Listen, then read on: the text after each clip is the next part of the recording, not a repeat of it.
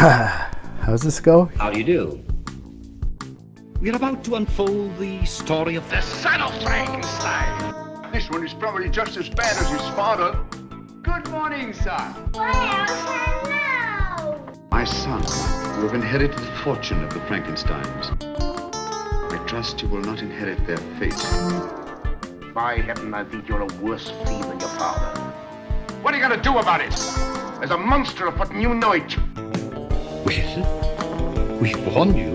You've been warned.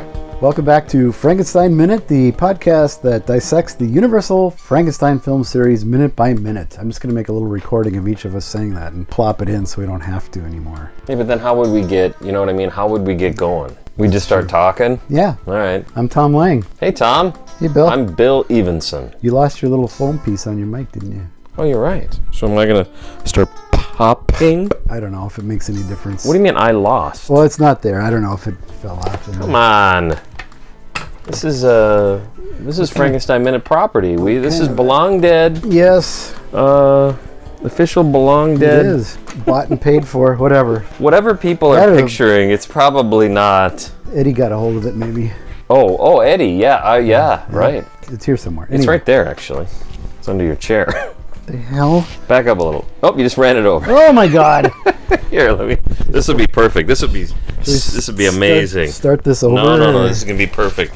I never want to start over because I don't edit these. Yeah, It right. doesn't matter to me at all. Yeah, what fuck happens. And I'm Bill Evenson, and you're joining us for minute 56 of Son of Frankenstein, which is the best minute we've ever had. Yeah, I have a quote about it here. Oh, great! This is perfect. So this is a quote from someone else. Is it Dawn? Since almost nothing at all happens in the minute, what would you think about talking about other minute 56s? This was said by a William Evenson. Evenson, okay, on June interesting. 15th, No relation. No relation. No.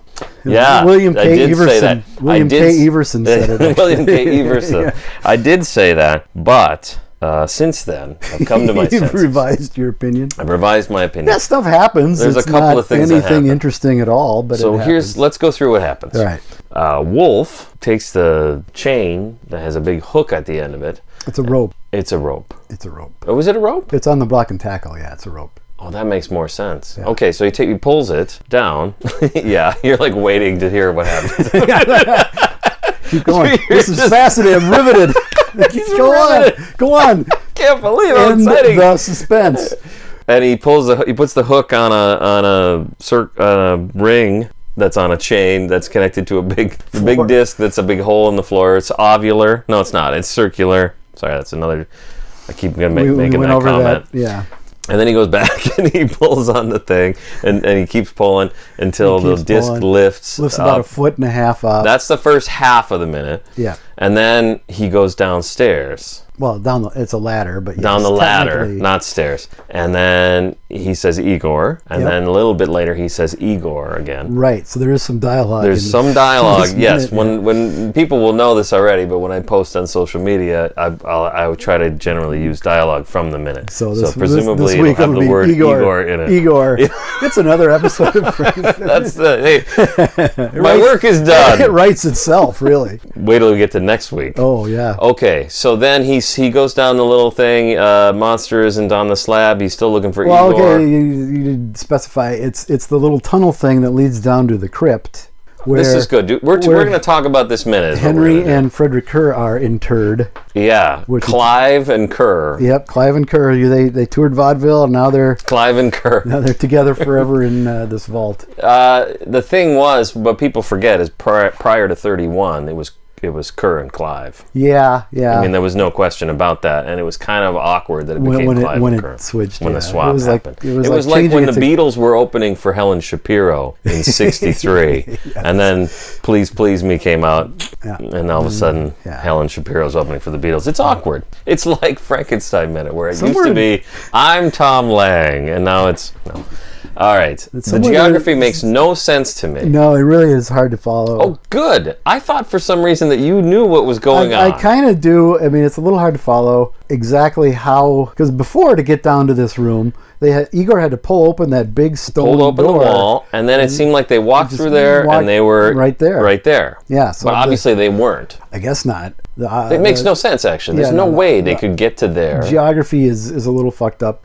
Which is great. There's just no concern for that kind of stuff. No, We're doing Caligari. We don't care. Yeah. It's a play. I mean, I will say when it matter. cuts to that little tunnel that he comes down, the shadow of the ladder is kind of cool on the back wall. Yes, yeah. You know, it is a little and Caligari. you see him come down it. Yeah, him, descended in shadow. And that's what makes the geography. I agree, it's cool, but it also makes the geography make no sense.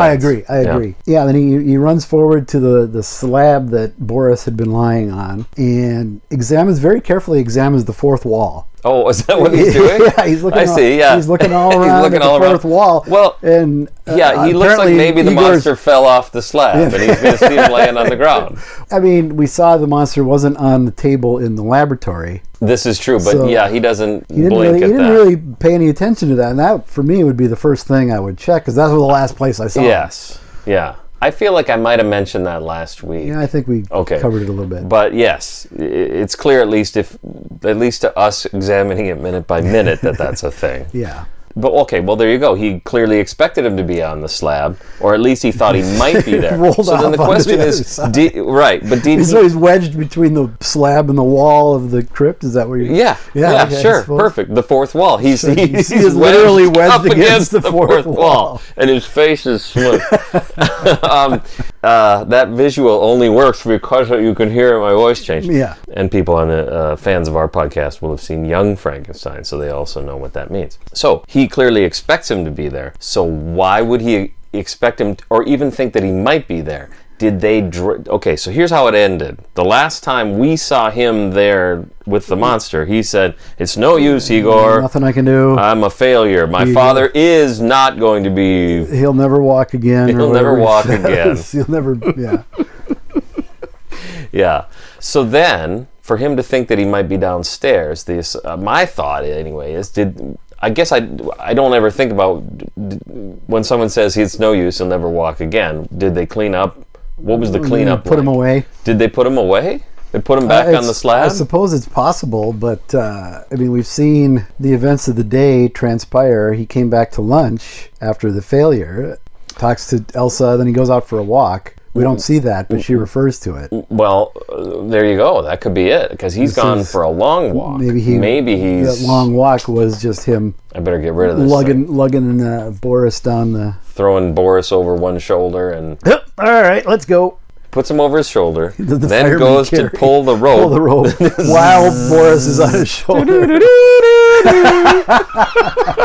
I do like the little organ. I have that here. Yeah. What is that organ? Just an organ. It's an organ. I don't know if it's a lung or a kidney or. Oh no. No, sorry. I doubt it's a Hammond organ because I don't think they existed yet. Not a Hammond, not a Moog. Not a Moog or however you say that. Yeah, people say Moog because it's Moog. That's not really an organ either. Isn't that what it's called? Yeah, I think it is technically a Moog. Moog, okay. But a lot of people say Moog. That's and I don't care. I don't know why. I don't know where I heard that it's called a Moog. My public education failed me, I guess. I listen to a fair number of Beatles podcasts, and in the past I've listened to Monkeys podcasts. So you can just do the math. Mickey Dolenz, I believe, got the second Moog. Yeah. Who got the first one? I can't remember. I knew this yesterday. Moog.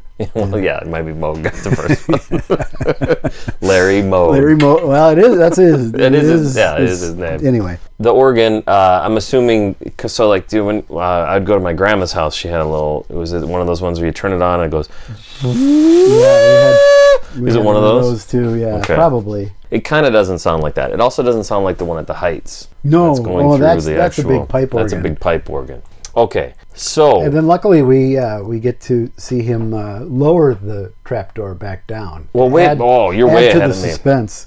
I have so much more to say about this minute. First of all, the thing I just noticed when we just watched it was on the slab is a quilted pillow. Did you notice this? Yeah. This pillow looks like a pretty quilted. I never noticed it before. It was there before. I think it would be hilarious if the thing came slamming down and he was stuck down there. Because he can't push that wall open. No, wherever that is. Clearly, wherever that is. Come on, Igor! Come on, Igor! Let me out! You can't push the trap door open either. Come on! Okay. So Wolf spends the rest of the film trapped down there. Yes, that'd be all right. The actually. End. Thank goodness it's a lot. Then the rest of the movie would be just Igor and the monster doing stuff. Doing Krogan. With Krogan, I'd be fine with that. Doing crimes. I'd be fine with that. Yeah, that would be good. I'd be fine with that. Stay tuned. Things are going to get more interesting. Okay. On that front. Okay. Thank goodness it's a lot easier to close the floor disc than it was to open it, or we could have spent a few more weeks talking about it. A couple of weeks, yes. As long, like you remember, I try to communicate these things, and I'm on social media and whatever. Yeah, I must have sent it to you.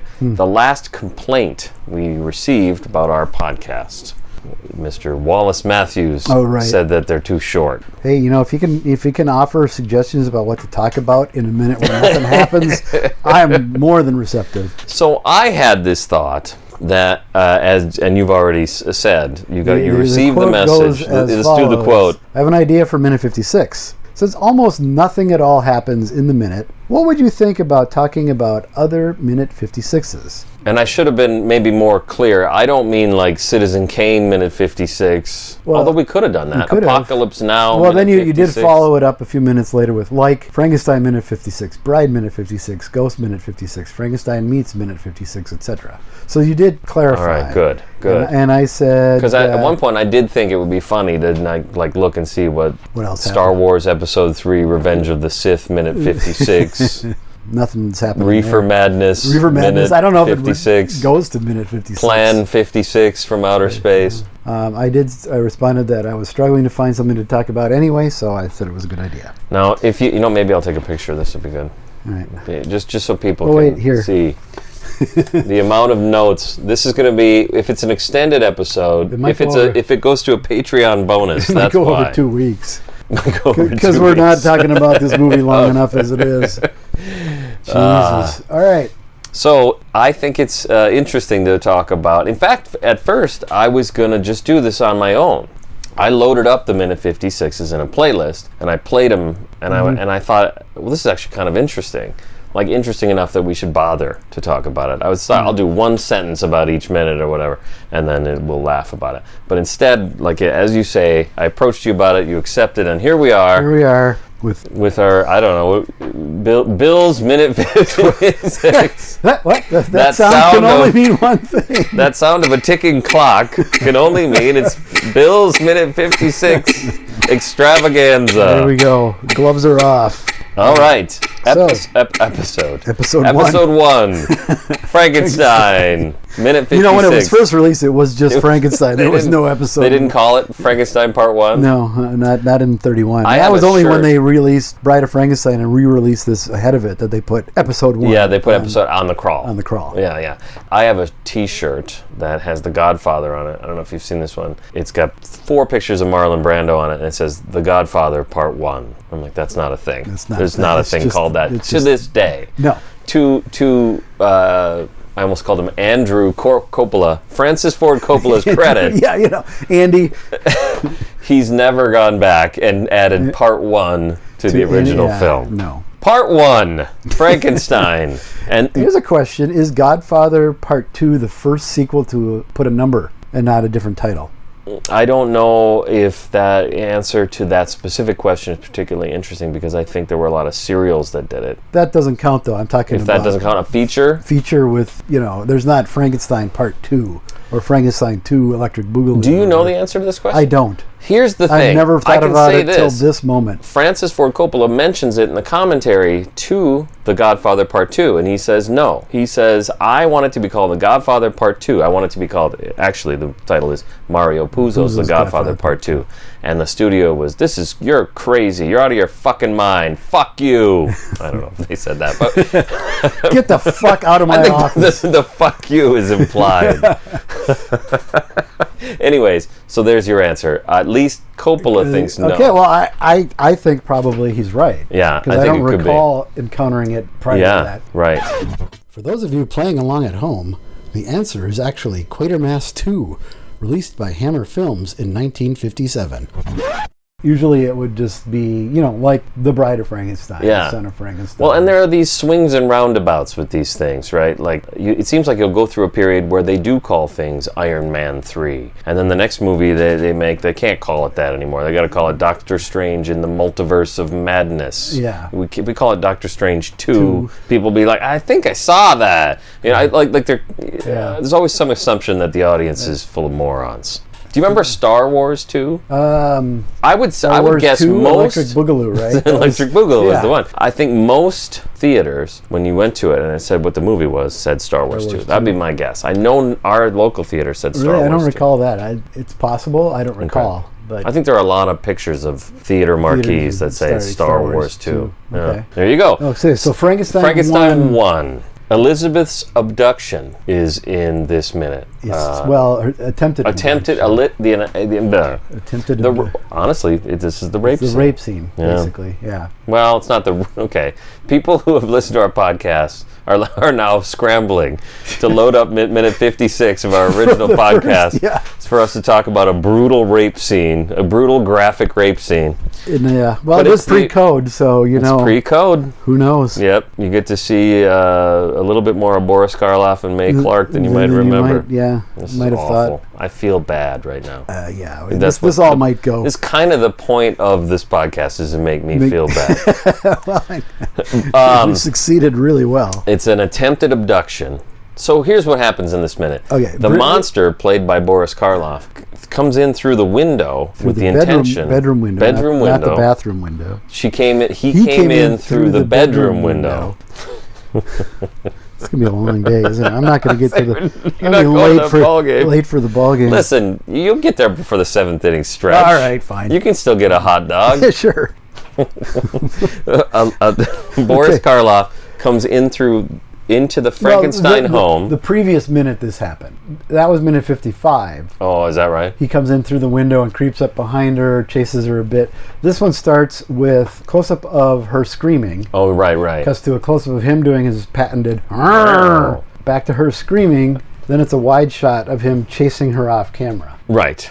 And then we cut away. Then we cut away to Henry. So this movie's almost over, because if you remember, when you think of Frankenstein, you think that's the end of it. That's one of the last things. Yeah, we're getting there. We're getting to the grand finale. To the climax. Yeah. But we cut away to... It's Henry, Victor, and Hyde the butler in the basement, the wine cellar, actually, looking around, and they hear Elizabeth's scream, and Henry's, "It's Elizabeth!" And they all take off up the stairs. Yeah, I'm sorry. I just realized one of my notes for this minute is not even in this movie. So it's from The Godfather Part 1.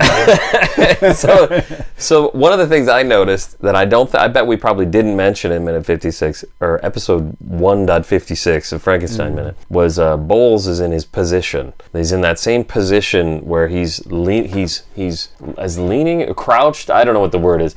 He's leaning over another character laying down. Well, yeah. Looking concerned. Well, they all run up the stairs and people are gathering around the door that Henry wisely locked her into. Yeah, that was a good move. That was a good decision. And then that's they all bust in. They gather around. You hear glass shattering. Yes. And then it cuts to the bedroom, and Elizabeth is splayed out on the bed, her head hanging down. And Boris is flailing his arms. Yep, flailing his arms, climbing out the window. It does look like she's been assaulted. Yeah, and it's iconic. It's on the poster. A lot of the posters. It's like there's a painting I referenced called The Nightmare. Oh, yeah. Fuseli.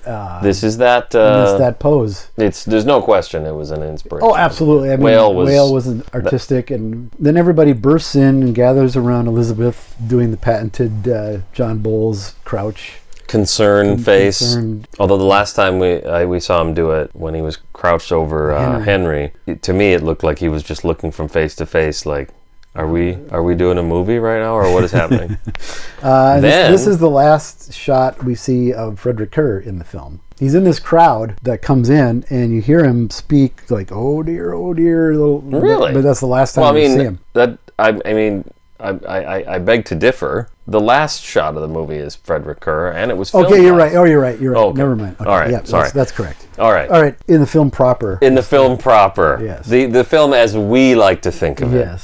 Because that second part is directed by Whale. it's the last was that time not we directed see- by Whale? I don't think it is. I think they just got somebody in. I mean, it's not even Colin Clive and Mae Clark. No, absolutely not. It's a different set. Yeah. They had to rebuild it. Yeah. So I doubt Whale did it. I mean, I don't think he did the opening with Edward Van Sloan either. Well, and if you were cutting this into a single film, which everyone should do, Should do that. you would just cut that part right out. out, Yeah, yeah. no question. It's not necessary. It's That's totally- why you forgot about it. It almost should be a post-credits scene. It is really, yeah. It's like a Marvel MCU. Marvel, This yeah. is the Universal. That's when Universal Cinematic Omniverse. Samuel Jackson walks in. Tries to recruit Henry to the So what's all this about a monster? Henry Dark Carnival. Yeah. All right. Then we cut to one of the most iconic sequences Yes. in the entire film. We have Michael Mark as Ludwig carrying Marilyn Harris as Maria's thoroughly dead looking. I mean, she looks dead. Yeah, it's a hell of a thing. Sometimes people playing dead in movies aren't that convincing, but this is pretty impactful. I mean, first of all, it's a little girl that she's full of mud, her stockings down. I mean, she looks like shit. And he's just stunned. He's dazed. Sorry, she looks like shit. It's like that phrase. It's like describing somebody with a hangover or something. Yeah, you're right. She looks She dead. looks terrible. She looks terrible. It's a great tracking shot through the European village, which I had the pleasure of visiting back in January. When you were on the show The Good Place. Yes. I don't know. Some of it's still painted like that. Some of it they've painted to look more. They've painted it back now? Some now of it, that yeah. show's over? Some of them are still sort of that candy colored, but not the whole thing. Okay, So they must have used it for something in the interim. good. Yeah. I'm glad to hear that. And it's funny how big it looks on screen Yeah. and how small it really is when you're standing in it. Okay. I mean, even the footage I shot, which I should probably post somewhere, maybe when this minute drops, it looks big on Yeah. camera, but standing around it, it's like, oh, this is really... Like, couldn't walk side by side and go no, down you the had, road? to, you had to like go Yeah. sideways in between the Single buildings. file. Yeah. One last thing is, in this minute, somebody says, oh my God, some little kid says, oh my God. fuck, it's Maria. Yeah. I don't know what he says, but he says Maria. So, And the actual quote is, Jesus fucking Christ, it's Maria. someone... Pre-code. Yeah, pretty good. To me, it just sounds like he's saying Amelia. I don't know why. It just sounds just like, my Amelia! God, we've got to get out of this fucking movie. Bride of Frankenstein, minute 56, is Elizabeth's abduction. Right. Boris Karloff comes in Comes the into the window. Elizabeth screams. It's fascinating. Yeah, I thought that was really... That was really- probably the biggest motivator to me to Yeah, no, that we would I- actually talk about this. Like, I wow. didn't know if you knew that going in, but No. yeah, I was really surprised that I had no idea until I watched them, and then it's that like, was what this made is me... the same scene. It's the same scene. Yeah, And it happens at the exact same minute. right. It's amazing. This one, though, he does actually succeed in abducting her. Yes, he does abduct her. Yeah. And then, so if you're watching it, or if you've got it on a loop like I do and you're not paying attention, there's a lot of screaming. So the first minute was Mae Clark screaming. And then the second minute, Valerie Hobson. Valerie Hobson lets out a fantastic She scream. really lets loose with the Yeah, yeah. one or two maybe. And then after that, it's all Una O'Connor Yeah. screaming. Yeah. So there's just a lot of... Yeah, Boris creeps into, I put Elizabeth II's room, Elizabeth too. and she's brushing her hair. She's not a queen. She's a baroness. She's nothing, actually. We don't know anything about her. Maybe she is a queen. No, she's a baroness. Nah, by that point, good point. By that point, she's married. Yeah. I forgot. Yeah, because Pretorius just got through congratulating them. Good point. Boris creeps into her room, abducts her. Minnie enters and screams. Lots of screaming, running around. This is when I watched it with Jackie last night, and she said, because Una says something like, the Baroness, or something like that, and Clive says, Elizabeth, with the most mild amount of concern you can muster. Well, and then he goes running to see what's happened. Or, as Jackie described it, look at him bust a move. He almost shuffles. He just barely cares Well, I at this think, point. some He's of that- tired. I think some of that Physical is ability? just Clive's physical condition at the time. He's 35. 5. I know, but God. watch Mad Love, which was 2 years later, and he looks like he's 55. Yeah, that's true. And he's 37, and he Yeah. died months later. I think he died Yeah. before the film came out, even. Eesh. the drinking took its toll, and he had a broken leg at Well, some there you point go, during yeah. the production. We're not exactly sure. I don't have the schedule, so I don't know exactly what scenes were shot and if they shot around it or whatever. So part of that, I think, is his physical condition, but I think it all goes back to, you go to the scene in Frankenstein where they're toasting. Here's to a son of the House of Frankenstein, and he looks like he'd rather be anywhere else but there talking about having a child through natural childbirth. Yeah, yes. Well, it is interesting to contrast all these things to the first film. It was 4 years earlier. Mm-hmm. I don't know. Clive looks about the same. He looked pretty haggard in that first one, too. Some of that's makeup, but I think by 35, some of it's not. Not makeup. Yeah. I think also the whole tone of the minute. Yeah, the speed, at which things progress, the music. Obviously, there wasn't any in the first one, but just the entire tone of the movie. One of the things I said is so much happens in this minute. It just seems to go click, click, click. It's not Elizabeth's abduction. That's like the first couple seconds, yeah. And then this is also the minute where Pretorius enters and drops I'm skipping ahead. Yeah, I mean, we go from Minnie screaming to Henry and Pretorius in the library finishing their little altercation, and Henry hobbles off, and Pretorius doesn't really react at all. Like, everything is going according to plan. Yeah. This is perfect. He's totally, yes. He obviously saw it coming. Yeah. Then we have a wide tracking shot of Minnie shrieking like a harpy. She relays the information to Henry that Elizabeth has been abducted. I think he already kind of figured that out. He orders search parties, which is that's shattered by something shattering on the floor. Nicely done. Yes, thank you. And Pretorius tells everybody basically just shut the fuck up about it or else. And then the minute ends. Yep. That's right. That's minute 56 of Bride of Frankenstein. So in minute 56 of Son of Frankenstein... In that one, now that's really interesting. So in that one, a guy opens the door. A trap door. Like a trap door. Okay. Minute... That's what happens in that one. Yeah, you're about right. and then he closes it. I shouldn't forget the... Don't sell that minute that's short. True. I forgot the grand climax of minute 56. Don't sell it short. He then closes the trap door. Well, do you know why he closes it? We'll talk about come back next week. Yeah. Because we can talk about why he closes it. So now we move on to 1942's Ghost of Frankenstein. Yes. Where a well-groomed Igor is lying on an operating table. Yeah. Promise of a life forever. Right. He wants to be the monster forever. Yeah. I wonder if he would be so psyched if he knew what we know about how that turns out. Yeah.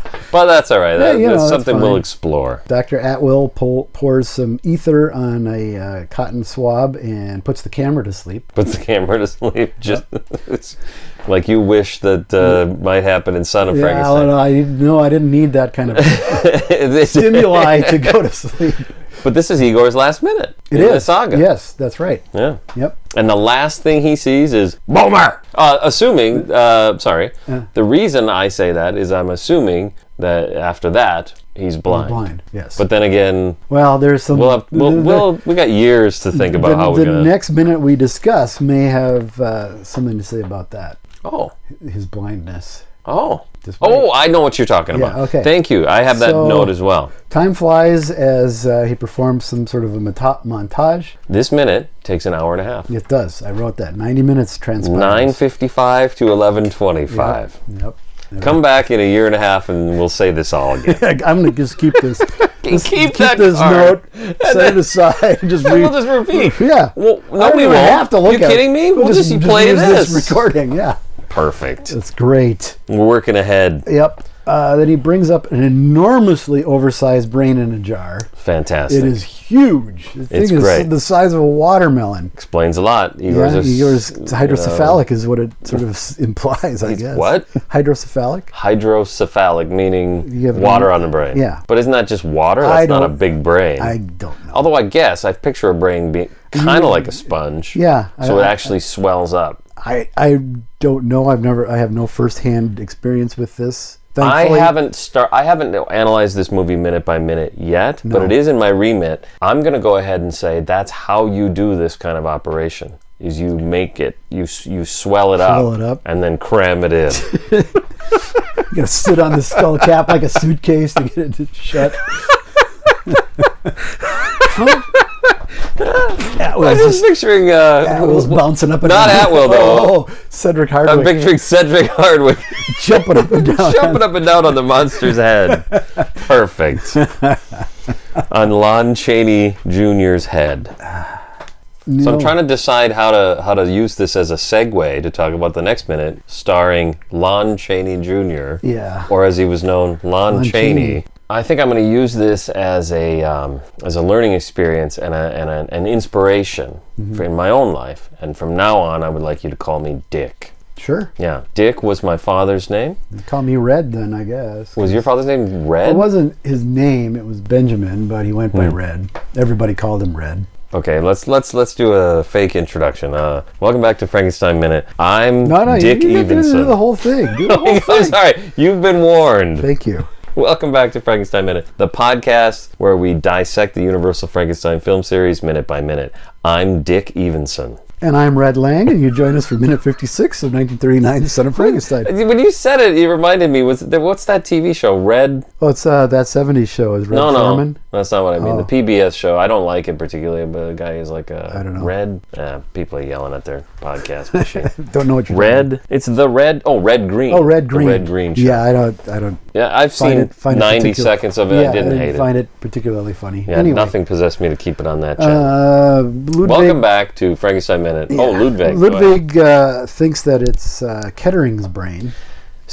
So I think it's funny. We talked about how much we're going to talk about each of these minutes, and I rather gain the impression that you were going to have one sentence, but I think you have more notes than me. This is going great. It's going to be an extended episode. Yeah. Wallace will be so thrilled. He's going to get 2 workouts in. Exactly. Jeff's going to be cursing the fact that we were ever born because it's going to go long. And maybe he'll go 2x. Maybe we can convince him to go 2x. 2x. All right. Sorry, Cedric. What'd you call him? Cedric. Cedric. Ludwig Frankenstein thinks it's Kettering's brain.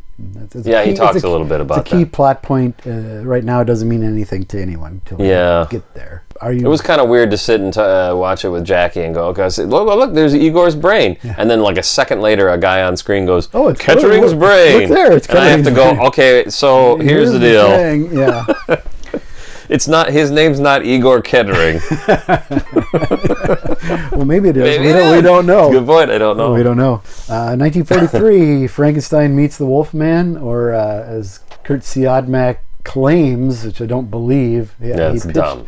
Pitched the idea to the producer George Wagner as Frankenstein Wolf's the Meat Man, which only seems like something that you would think of in retrospect. Completely, it would fall completely flat. Siodmak was so full of shit in his later years. He was so full of shit and such an asshole that I don't believe 90% of what he says. We're gonna have a lot to say about Siodmak. He lived to be like 1,000 years old, and he was giving interviews at like 980. Yeah, he was like on his deathbed, still giving interviews, still telling that Meat Man story. Stories, yeah. And how neither Karloff or Lugosi had any talent. Nobody else could write any stories except him in Hollywood. Oh, they all wrote dialogue. None of them wrote stories. Yeah, he was just a dick. Yeah, just a fucking dick. And I think he's a hack to begin with. So that doesn't help. His brother escaped from Nazi Germany. Correct. And came to the U.S. and both had what I would consider to be reasonably successful Hollywood careers. Yeah.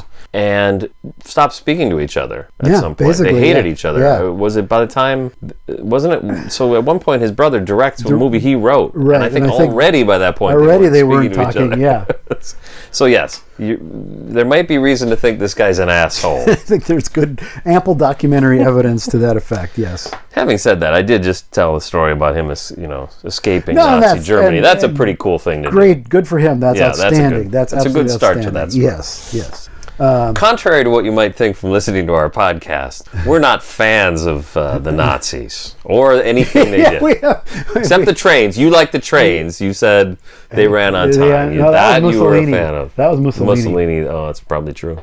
When I went to Auschwitz, you know what? I'm going to stop. This might be a good idea. We got plenty of opportunity to talk about it some more when we get to Frankenstein Meets the Wolfman, starring Ilona Massey. Mm-hmm. She's in this minute that we're talking about. And this is the minute I'm talking about. I even asked Jackie what she thought, like that matters, but I asked another person, and maybe I'll ask you now. Sure. I think Lon Chaney looks fantastic here.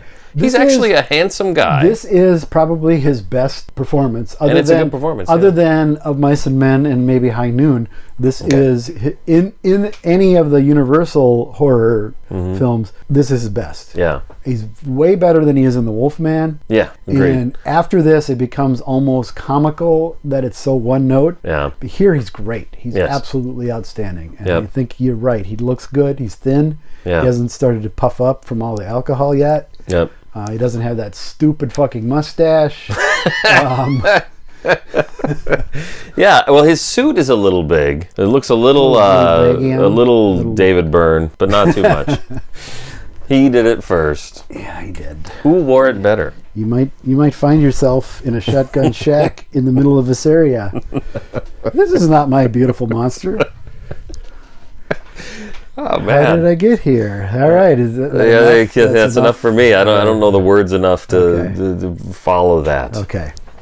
This, I would say, also interestingly, is probably Bela Lugosi's finest moment. Like if you think about his entire whole career, this would be the highlight. This would be one of those highlights they show. This is a performance to be proud of. When they talk about by far. When they talk, then they do a celebration of Bela Lugosi. We're gonna show. This will go into the commercial and out of the commercial. I just keep showing this. Because this is. Yes. That's why when Karloff died, they accidentally ran pictures of Lugosi in the makeup. God. Can you imagine? I know they did Glenn Strange. Yeah, no, they did it. There's a newspaper. You can see it online. They show there's a newspaper clipping that shows Glenn Strange. Glenn Strange.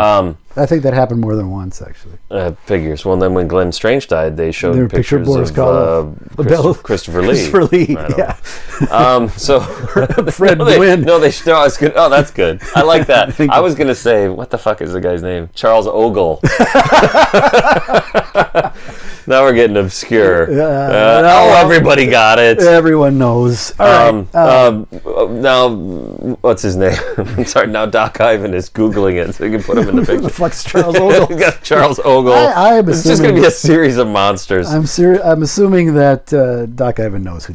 Yeah, that's Charles probably true. Was. Poor old Larry Talbot. He has to trust that Patrick Knowles and Ilona Massey are okay to proceed. Yeah. He's like, well, okay, I trust you. Basically. Yeah. And they look pretty grim. All three of them. Yeah. And Maria Ouspenskaya is in the scene, but it's a strangely serious movie. People take this seriously. It is. Sorry. Most people take this seriously. We'll have more to say about that in a few seconds. It's So they enter the ruins of the castle. And we cut to Bela Lugosi doing a really spot-on impression of Peter Frankenstein doing an impression of Boris Karloff. Oh, okay, that's true. Yes, he's got the arms. He's got the arms straight out at his side, and he's walking like a fucking robot. Yeah. And doesn't know what the hell he's doing. As I say, Lugosi's finest moment. This is boy. So when we were watching it again with Jackie, she goes, who's that? And I said, that's Bela Lugosi. And she goes, that's Bela Lugosi? And I said, yeah. And she goes, well, that doesn't work, does it? Like, immediately. She has seen less than 1 minute of this film, and she's already like, that doesn't work, does it? Yep. Nope. No, it does not in the least. I said at one point, I might have been just in a message to you, that it kind of looks like somebody's Uncle Stavros at a Halloween party. Drunk. The annoying guy. Oh, for Christ's sake, he's doing the Frankenstein monster again. Oh, God. Oh, man, what time is it? We should get going. We gotta go to that ball game. Oh, man. Despite being blind, the monster sees them approaching and easily picks up a club without any difficulty at all. No stumbling about. Interesting. You and I are completely disagree on this. This is great. We're already fighting. I thought that, but when you watch it, I believe, in fact, that the opposite happens. He looks like he's looking right at them as they're approaching, but he does almost nothing at that moment. He picks up a club and walks away with it. He doesn't approach them. He walks to the other side of the room until he hears them coming, and then he turns around and goes, and then this is where it's really falls apart. Fantastic. It's just- He lifts it off to one side. Yeah, he kind of snorts a little bit. Like he figures he'll scare them away by having a medical emergency. Having an asthma attack. Oh my god, that monster's having an asthma attack. He's having an episode. It's like, put a wall, just like put on a the- wall just in his like, mouth so he doesn't bite his tongue off. just like on when someone's having when they do this experiment where they film someone pretending to have a heart attack on the street of Manhattan or whatever, and everybody just keeps Everybody walking. sort of walks away. He's assuming they'll be like, ooh, I don't Whoa, wanna get, whoa, this whoa, has I nothing don't- to do with me. I I don't gotta wanna get go. involved in this. I don't remember. I took CPR, but I don't remember it all that well. Yeah, but Anyway, my point is, it actually makes more sense, in my opinion, if he is blind, because I think he doesn't see them. No.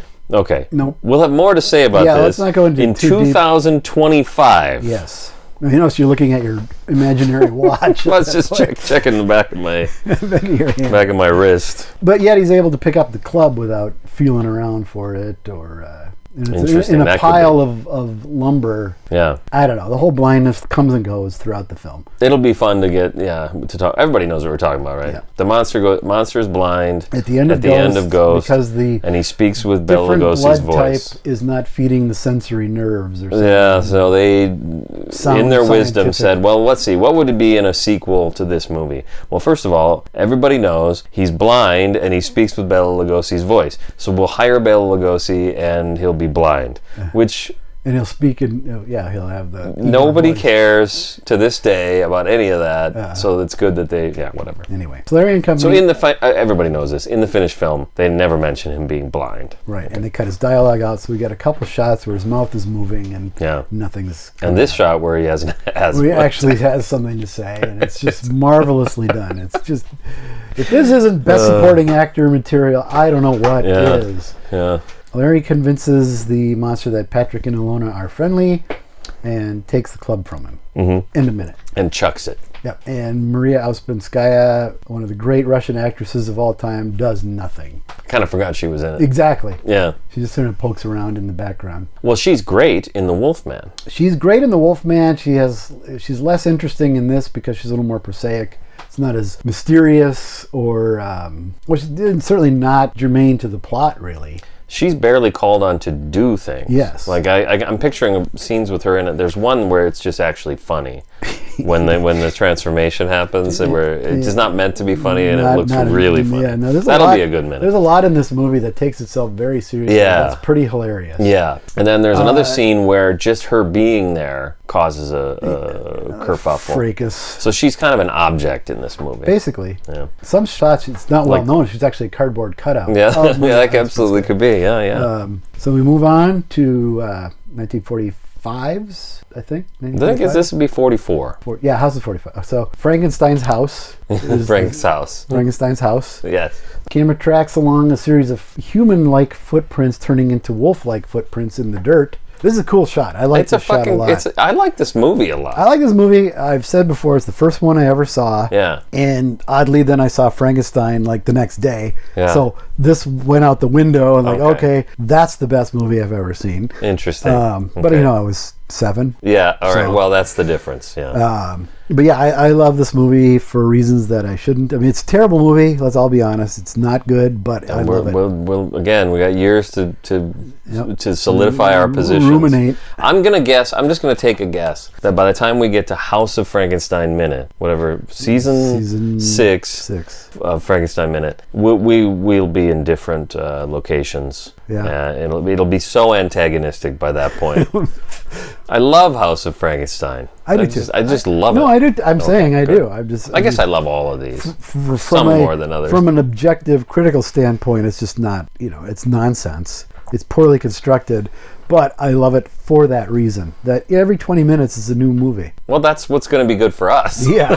Unlike to talk about Son of Frankenstein for 99 minutes, it's not a movie. We're not going to have all. to do one of these weird episodes. Yeah, right. So that it pans along or tracks along with that and tilts up, and we see the Wolfman loping off into the foggy forest with the full moon top center of the frame. So really, great shot. really nice shot. Yeah. We crossfade to some guys sitting around in a pub that we don't know, discussing the disappearance of Ullman, Strauss, and Brown. So you don't know who these guys are? I do. You probably do. I do. I just, they are so nondescript that they could be swapped. And I mean, I know the actors. I don't know that they even I watched have it a couple of character times, names. so I found, yeah, they probably don't even. I watched it a couple of times. The bartender has a name, can't remember what it is, and the other guy. Hoffman. Ah, nice. I believe. From, yeah, he's better in The Graduate, but he's good here. Yes. So, Wow. stupid. What's happening right now? Oh, there's another guy who goes by Burgomaster. Yes. So there's a Burgomaster. There's a Burgomaster, and they're talking about, Ullman, Strauss, and Brown haven't been home. Actually, I would seek to correct you because there's one thing I find interesting about their conversation. Not much, but they're talking about Ullman and Strauss. Right. A guy walks in Constable comes in. and says, "Yeah, also Brown We found is Brown's missing." body. Yeah. And so this is like with They haven't found Ullman and Strauss, but Ullman and they Strauss. found Brown's body. Well, no, Isn't that what this he is what says? happens. He comes in and he says, "But also Brown is missing." This is with 10 seconds to go in the minute. So much happens. We find out that Brown is missing. Another guy comes in and says they found Brown. That's right. It happens. The mystery of Brown's disappearance lasts for Solved all of 5 3 seconds. seconds. Yeah. So yeah, So details to follow in about 4 or 5 years, I guess. I guess so. Yeah, right. Okay, so yeah, about 4. Yeah. Probably. Well, 4 years we'll Probably 5 by this point because these are all about 70 minutes, or they're not 52 minutes. So probably 5 years. 5 years. Something like that. So then we move on to Dracula's house. Dracula's house. We're using the naming convention of the German Blu-ray Blu-rays, that 'cause- you shouldn't buy. Congratulations on not buying the German Blu-ray. Duped like we were. Buying something that Dust collector sitting on the shelf. beautiful. No, the packaging is gorgeous. Just that alone. Yeah, is worth something. And then a book in German. The book that's in also German, beautiful. yeah. Filled Thankfully, with material I that we can already read had. fluent German, so it was a fascinating. We'll Some have of to- it I can pick out. So, what I found really amusing about this minute, I know what you're going to say. do you? It's the same music as in minute in 56 of Son of 56. Frankenstein. Yeah, But in except this the minute, organ. something actually happens That's true. underneath the music. Yeah, Or the I music agree. happens underneath something that happened. Yeah, it's a little more appropriate. Oh yeah, this could fits argue. it. This fits what's happening. You could way- also argue the opposite because the music in Son of Frankenstein. So I don't know if we said this exactly, but the musical cues in Son of Frankenstein minute 56 are almost exactly the same as House of Dracula Dracula's or Dracula's House minute 56. But in Son, we need that music because nothing's 'cause happening. Jesus so you have to Christ, keep there's your absolutely interest. nothing going on. Yeah. And the organ part is not in Dracula's house. So basically, what happens is we're following Dr. Edelman in his sort of Mr. Hyde form. Yes, I don't right. want to go into too much detail. Fleeing from an angry mob, he's running all over the redressed Tower of London sets on the back lot, which Okay. aren't there anymore. Unfortunately, they Well, tore that's it too down bad. to put up an office building. That's perfect. Yeah. And there's a few other sets that aren't standing anymore that he runs over. It's all redressed to look European. Some of it is from like Arabian movies they shot there that'll show up in mummy movies. Okay. Mostly the mummy's hand. Anyway, he's fleeing from a crowd, torch-wielding villagers and the constabulary. Then we cut to a bandaged, mustachioed Larry reading his script, mildly interested in what's going on outside. Yeah, he doesn't. Well, does he get up? Yeah, I think he stands up. I and guess looks out the mildly window. interesting is right. Does he even stand up? I don't know. He looks might out the just sit window. there. He might just sit there and look out the window. But he's like amazed to see, like you say, I like the Dr. Hyde. That's or Dr. Hyde, Mr. Hyde. That's kind a of good what it description is. of what's going on there. Because I mean, in a nutshell, he was doing a transfusion on Dracula. Dracula double crosses him.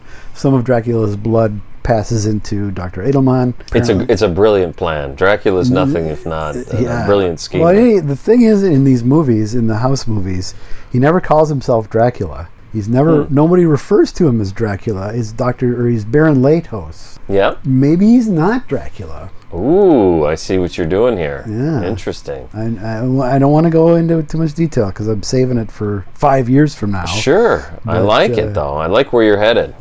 Sure. What I like about this movie and this minute is it's fucking insane. Like the dude that we've been following through this movie that is this sober, kindly voice of wisdom it's in the a beginning. part that Karloff, would have played in another film. Yeah, I suppose so. That the mad, those Columbia ones that he did, where he's the mad doctor sort of thing. Okay. What you make me think of is at least one of those Mexican films too. Right? Yeah. If not all of them. Like trying to remember. Yeah, more or less. I don't remember other movies anymore. Yeah, no, they're not very They're not gonna stick with I me. mostly remember the guacamole. Yes. It was very Guacamole good. was delicious. So kudos to Boris for that. So that's what I think is the strength of House of Dracula for me personally, is that the movie's just fucking insane. Like, it starts out, your main character is asleep and wakes up and Dracula's in his house. That kind of, it's got a weirdness right off the bat. Well, it's like, but it's also a bit more prosaic than it might seem, and then it just kind of goes off the goes rails. crazy. And then you get to this minute, and just watching this minute in isolation, you've got this fucking dude being weird, climbing up on a building and sliding off the canopy or whatever. And then he looks up and there's there's Larry Talbot with a bandage on his head, like oh fuck, what movie? He looks exactly like, what am I thinking of now? No, you're gesturing. God damn it. Yeah, I'm never gonna think of it now. If you think of it, record yourself saying it, and then I'll plop it in. Oh, I know what it is. He looks like Basil Fawlty. Oh, He's just got the bandage on his head Yeah. that looks a little too absurdly big. Like it's too much of a bandage. I don't know. He's like a diaper on his head. A diaper on his head, and he just sits there and goes, "Wow, that's fucked up."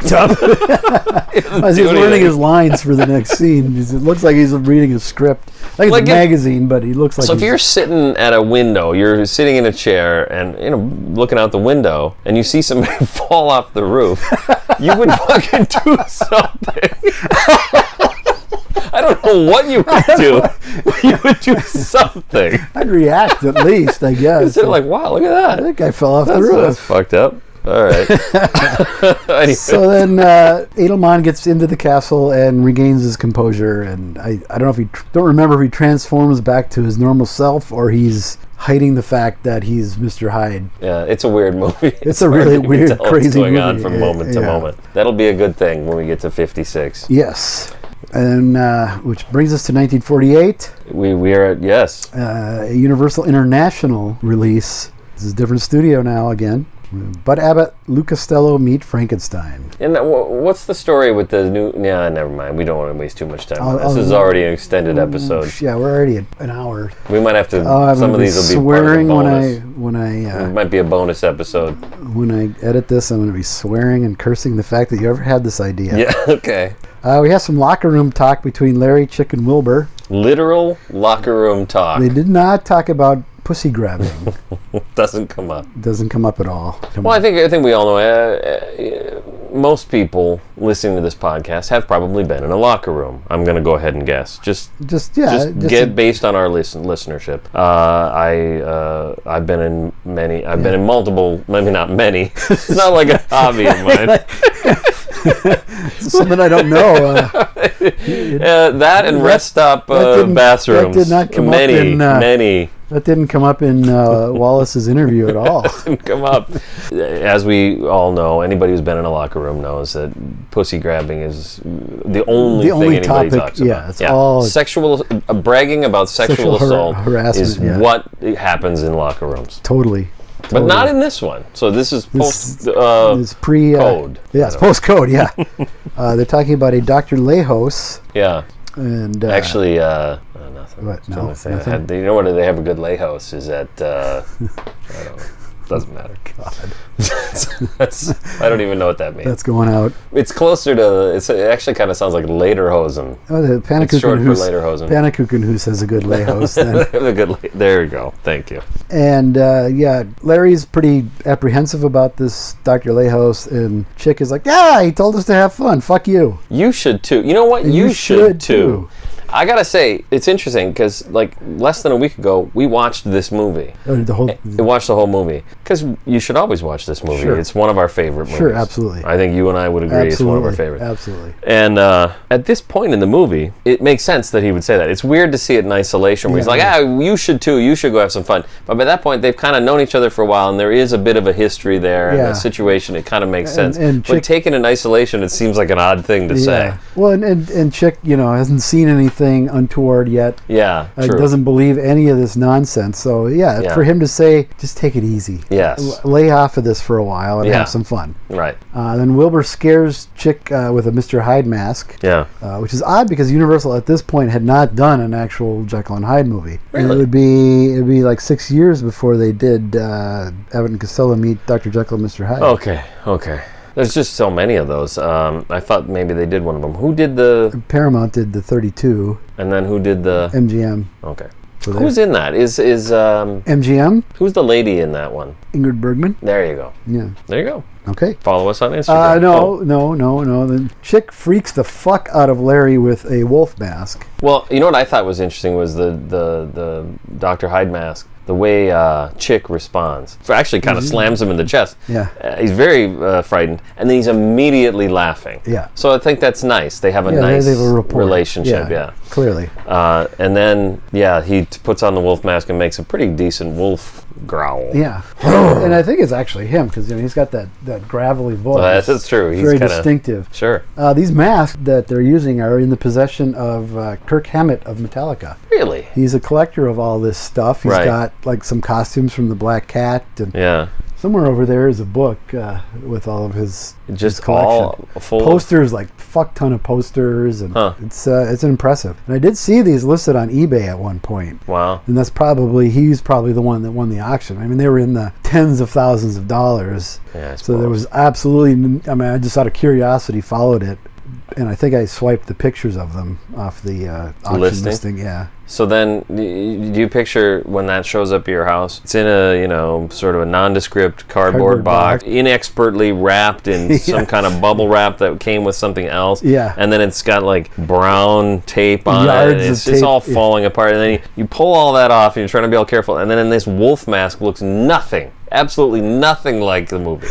You have to think, right? Or you saw the picture? No, I saw the pictures. They do look pretty good. They're hard, I suppose. They're not gonna. They're like a paper. It's not like the original Yoda. Have you ever seen? No, that thing is it's fucked up. Well, latex oxidizes very quickly, and it's like I don't have any of the masks that I made because the latex is just sort of there's no point. They're garbage. Freaks out Larry, does his usual spiel about becoming a wolf when the moon comes up, setting up Wilbur for a really good punchline. Well, hold on. Oh, that one. Go ahead. I don't want to give it away. Oh, okay, good. Yep, that is a good line. It's a good joke. It always makes me laugh. Good. I agree. Most of the jokes in this are really good. I was worried that you were going to say. Oh no, not at all. We didn't agree on the last joke. That wasn't even a joke. And then. Hey, by the way, speaking of that joke, I went through the Mank.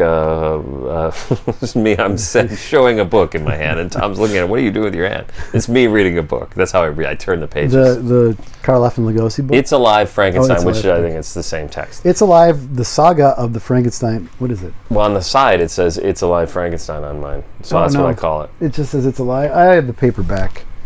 The classic cinema saga. What does it say on the side? It's Alive. Gregory Interesting. William. Mine's different. Okay. In that book, he describes Son of Frankenstein. First of all, it's a cinema classic, and he loves it. And he quotes that joke. He says, so and so says, he's only got a page to summarize the whole film, but he chooses to use that. Well, whose is it? Because it's a great line. Then it might have been a great line in a Little Rascals short. But, I think you said that already. All right. Now, so then, go ahead. Are we back to minute 56? Yeah, that one. What Abbott Lucas said. Yeah. Larry shoves Wilbur into the locker. Now, it's my contention that it's a good way to convince someone that you're dangerous and should be locked up is to slam a person into another person and slam them into a locker. Yeah. I mean, that's yes. Yeah, so he's asked them to lock him up. Otherwise, he'll kill them. And well, what he says is, "I'll tear you limb from limb." That's right. And Wilbur doesn't have any idea what this means. Is he serious? And Yeah. Oh, is it serious? Oh, yeah. does he say, "Is he serious"? That would make more sense. Anyways, I think he says, "Is it serious?" And then Chick says, yeah, he'll murder you. That's serious. We both did the voice. Yeah. And there we go. That's it. Well, you had one more minute that I didn't see. All right, let's take a look. We're going to take a look. It's kind of an iconic minute. All right, what we're looking at now is minute 56 from 1974's Young Frankenstein. Oops, where's the sound? Oh, Doctor, I'm frightened. Don't worry. Good. Good. What's the matter? Quick, give him the... Quick, give him the... 3 syllables. First syllable sounds like... Head! Sounds like head! Bed! Said! Said. Second syllable! Little bit! Dissect! Said, Said, dirty words. Dirty words. sounds like, to give! Said, give. Give him a said, give. So that whole thing plays out in a minute. In 1 minute. It's yeah. beautiful. Yeah, that's a good minute. Gorgeous. It's one take, except there's a brief cutaway to Terry Garr from a different kind of scene. iconic cutaway. I Yeah. think Brooks talks about it on the He commentary or does, something. yeah. like it's from an entirely different scene. Her hair, yeah, it's her hair and her once you costume see are it. different. Yeah, once you see it, it's really yeah. But it works. No, it's Who fine cares? because the rest of it is so fantastic. Yes. One of the things I really like about it, and when you talk about a comedy, maybe it'll be hard to do this minute by minute, because I'll probably do this repeatedly, single out things that aren't particularly funny or even maybe interesting. But I really like the way he says, "Quick, give him the, quick, give him the." It's like iconic to me, that the way he says this it. whole movie is like a series of sound bites that float around in my head to the point where I'll bring it up at work as just natural, and I'll get blank stares because they're 10, 15 years younger than me and have no idea what I'm talking about. I'd rather have that than those work environments where everybody's quoting Monty Python on the Holy Grail 24 hours a day. Yeah, that gets old. Sedative. We get Sedative here, which is the pretty whole, good. The whole thing plays out. The whole that thing doesn't happen here.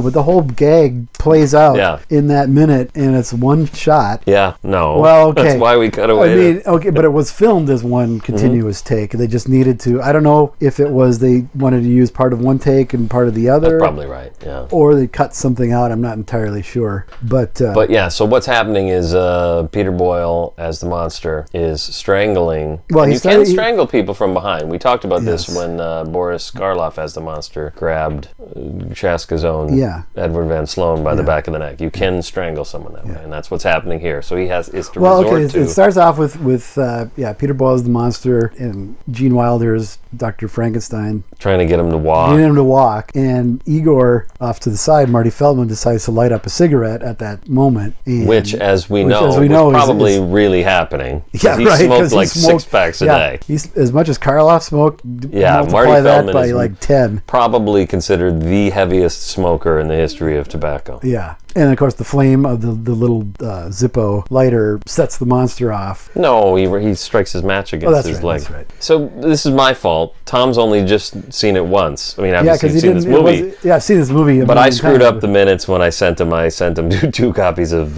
whatever. Abbott and Costello. Anyway, so I didn't get to. So I've seen this minute a few times. Yeah, I didn't get to look at it over and over again. But anyways, the flame. The flame sets the monster off, and he starts to throttle. And at that moment, actually, Wilder's kind of funny, or not funny, but he just says, "What is it?" Yeah. He's like really concerned because he didn't see what happened. Or Right. whatever. Yeah. And he spins him around, just strangling him.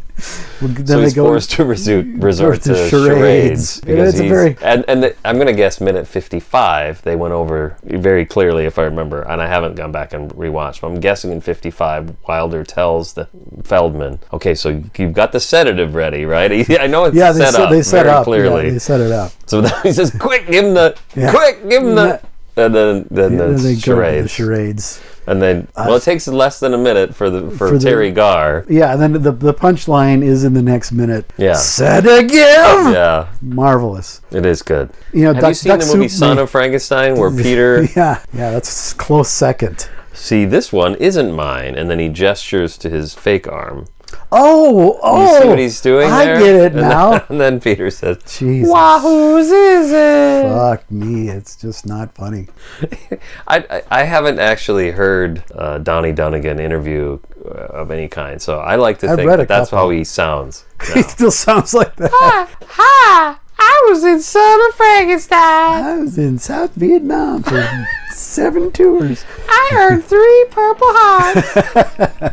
Not to denigrate anything the man did. I earned 3 Purple Hates. Sorry, what? Did you say purple something? Purple Hearts. Okay, thanks, Don. Thank you. All right, follow us on Twitter. Yeah, what you want to do is follow us on all the social medias. Because we post so much stuff. Post some stuff. You probably post a lot more than I know that you do, as far as I know. No, I think the main place to see stuff is Frankenstein Minute Village. Okay. I don't tweet as much as I'd like. I tried to tweet this morning, actually, and I couldn't figure out how to do it.